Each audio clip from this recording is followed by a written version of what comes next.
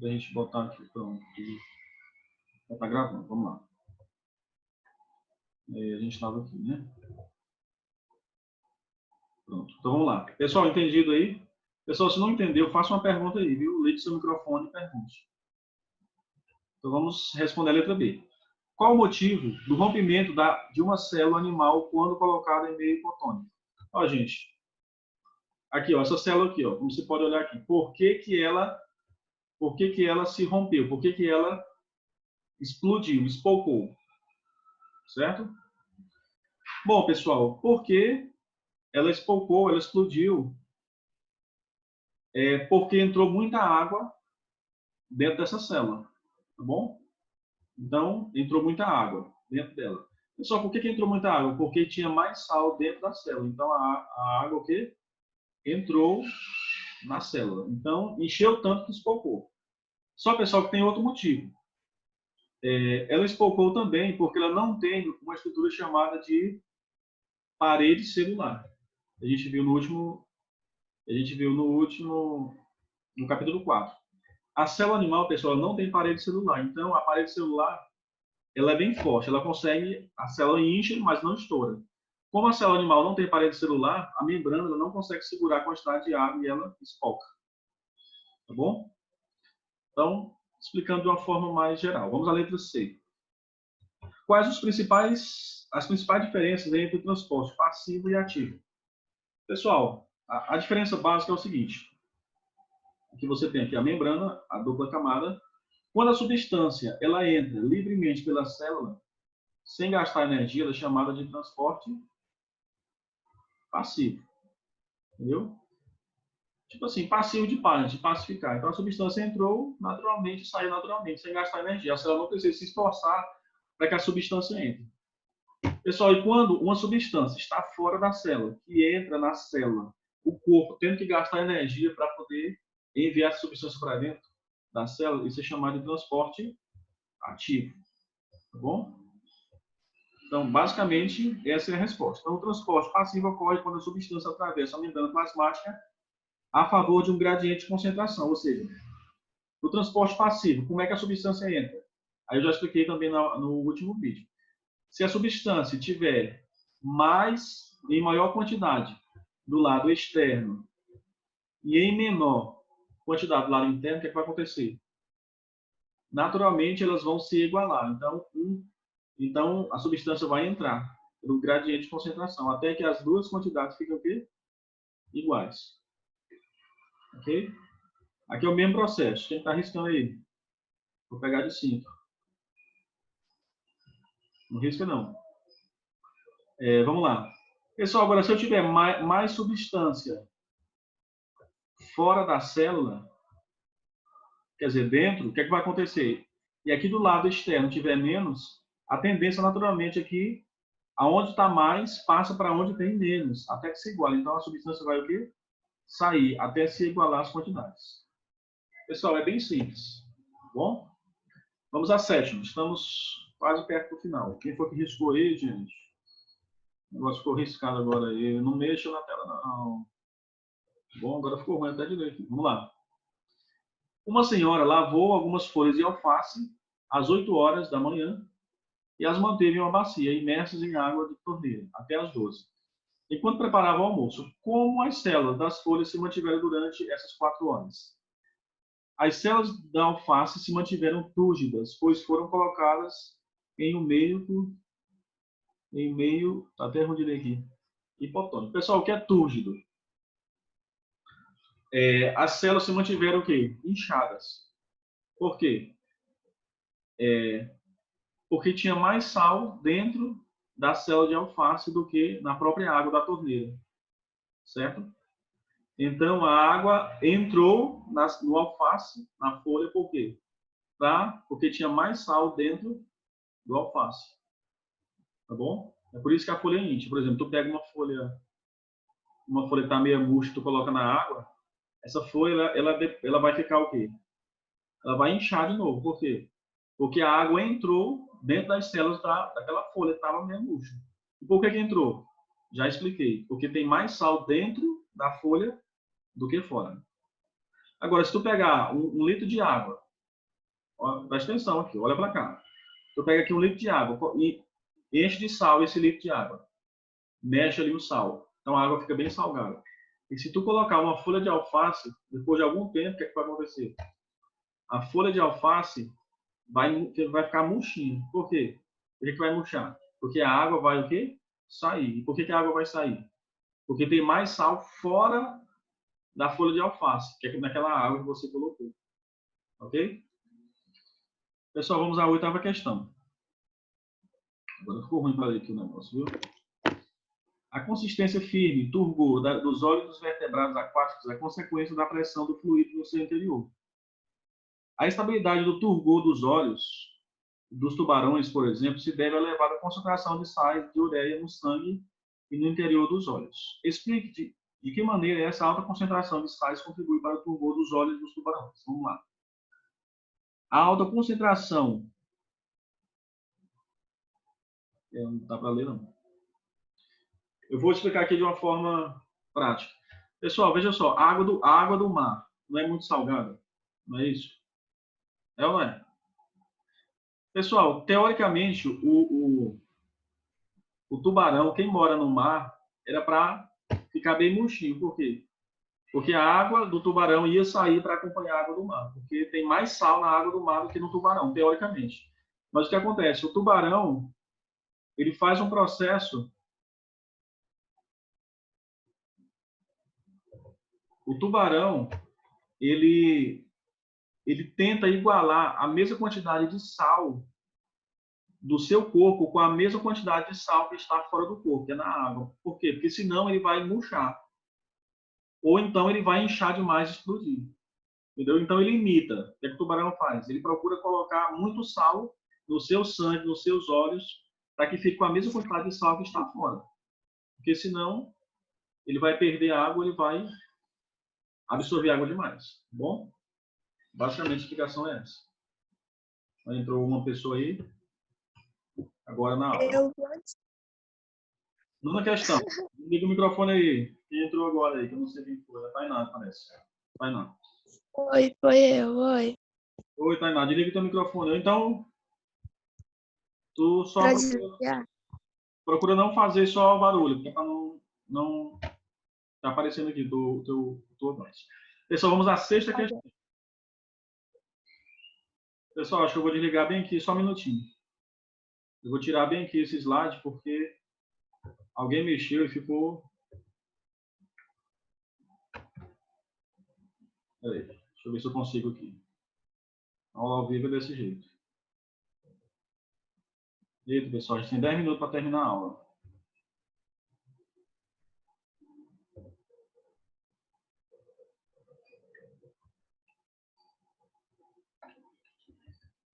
Só um minutinho aí. Vamos lá. Vamos compartilhar a tela de novo. Nós estávamos aqui, né?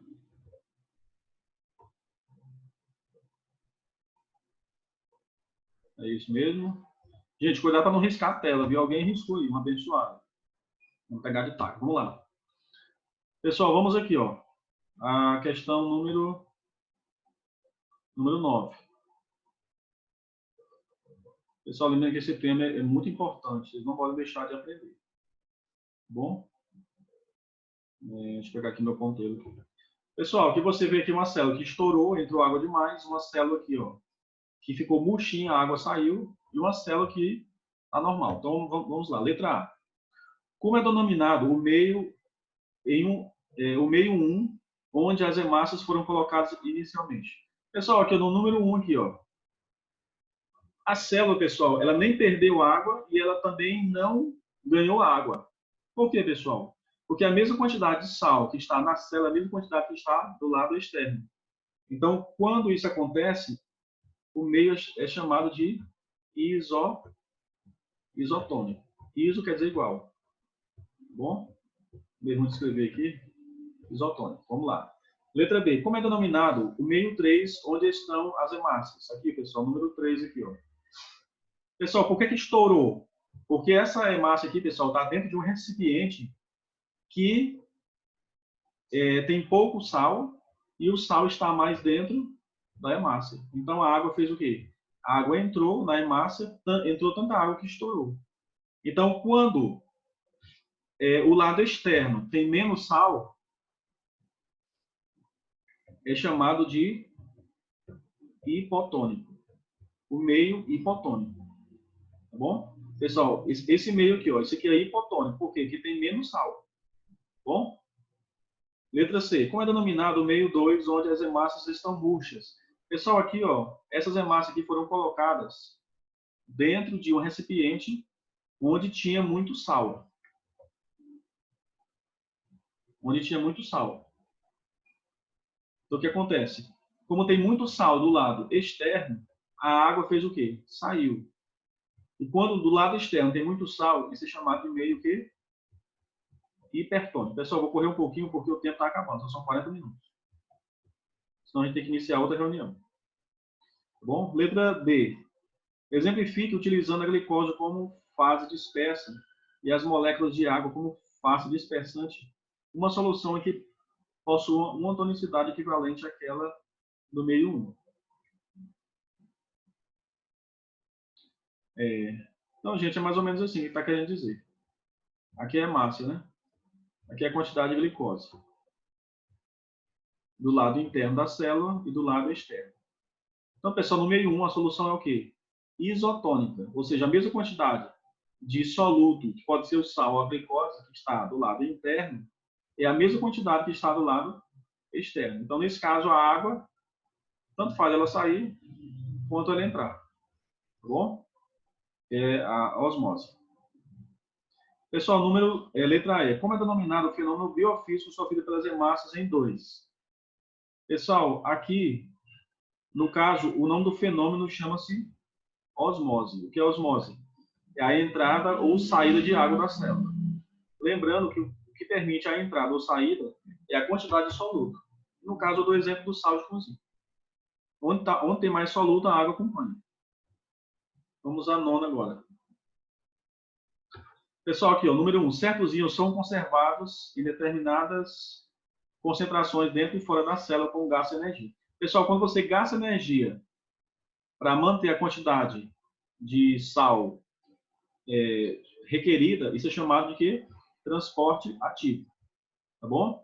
Agora, pessoal, quando você não gasta energia para você manter a quantidade de estrutura fora ou dentro da célula, é chamado de transporte passivo, quando eles passam naturalmente para dentro da célula, sem precisar gastar energia para isso. Tá bom? Vamos lá aqui. Deixa eu botar aqui.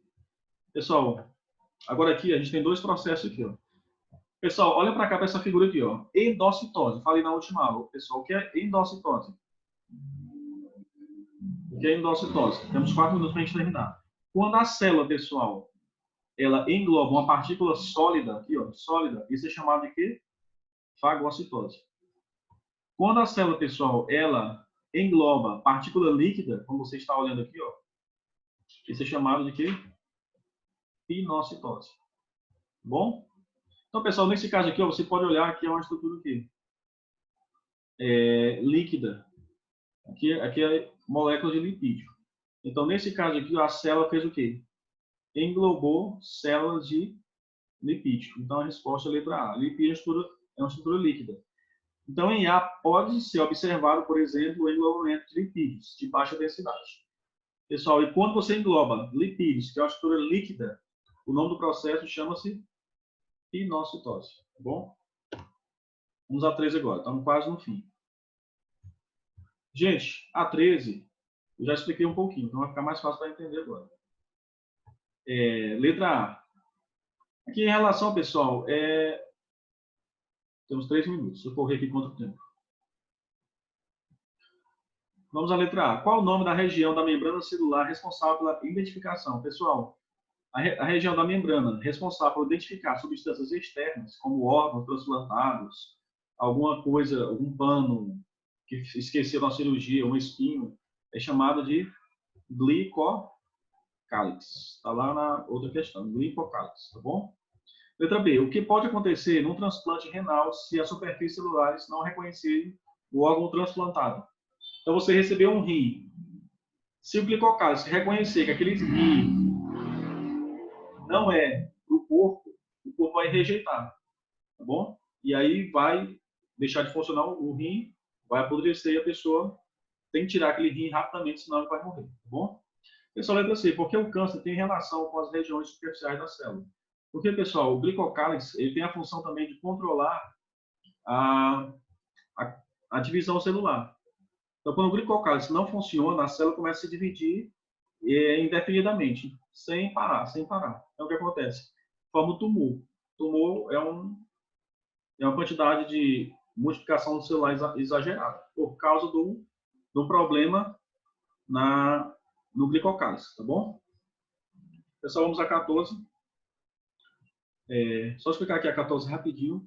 Pessoal, aqui, ó, no gráfico aqui, ó, solução adicionada. Nessa questão aqui, pessoal, quando você colocou uma substância aqui, ó, a célula que estava no tubo 2, ela fez o quê? Ela diminuiu o volume celular. Ou seja, ela murchou. E por que ela murchou? Porque aquela substância que foi colocada com a substância foi uma solução com muito sal. Entendeu? Então tinha mais sal fora do que dentro da célula. Então a célula murchou. Tá bom? Não vou nem explicar muito essa, porque não tem muita importância. Vamos a 15 aqui para a gente terminar. Temos 1 minuto. Pessoal, vamos lá. Ele quer saber, pessoal, a resposta incorreta. Tá bom? O que está errado aqui? Vamos lá. Letra A. O algarismo 1 aqui, ó, assinala a extremidade polar hidrofílica. Pessoal, das moléculas, isso é verdade. Então, isso aqui é o fosfolipídio, isso aqui ele não tem medo de água. Que se mistura com a água. O que não se mistura com a água é essa parte aqui, ó, chamada de hidrofóbica, que eu falei já. Número 2, então está correto. Ele quer saber o que está errado. Letra B. O algarismo 2 assinala até 1 minuto. A extremidade apolar hidrofóbica. Verdade. Tá bom? Hidrofóbico aqui, ó. Isso que não se mistura com a água. Número 3, assinala uma molécula de proteína. Verdade, isso aqui é uma proteína. E letra D, o número 4, representa um lipídio. Pessoal, na verdade, isso aqui é o glicocálise e é feito de quê? É feito de carboidrato, não lipídio. Tá bom? Carboidrato é a glicose, por exemplo. Então, tá errado. Não é lipídio, é carboidrato. Letra D é a resposta. Ok? Pessoal, terminou o nosso tempo aqui. Foram 40 minutos. Dúvidas, mandem para mim aí no grupo, tá bom? Se não, se deu tudo ok, você confirma que você entendeu. Ok? Então, valeu. Tá bom. Então, à tarde, Tá. eu converso com vocês mais um pouquinho. Vou encerrar a reunião. Valeu. Beleza, professor. Ah, tá.